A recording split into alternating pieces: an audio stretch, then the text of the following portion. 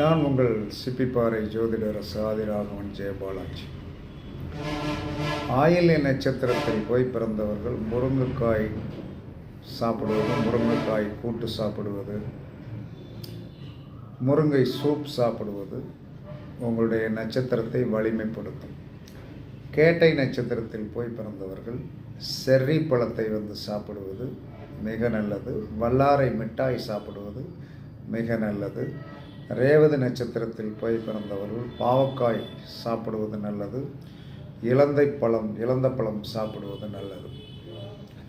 அதாவது ஒரு மனிதன் சோர்வடைகிறான். சோர்வடைந்திருக்கும் போது உங்களுக்கு உண்டான நட்சத்திரத்திற்கு உண்டான பழங்களை நீங்கள் சாப்பிட்டீர்கள் என்று சொன்னால் உடனே அதற்கு என்ன சொன்னோன்னா ரிலீஃபிங் கண்டிப்பாக கிடைக்கும். இதை பயன்படுத்தி வெற்றி பெறுங்கள். வாழ்த்துக்கள்.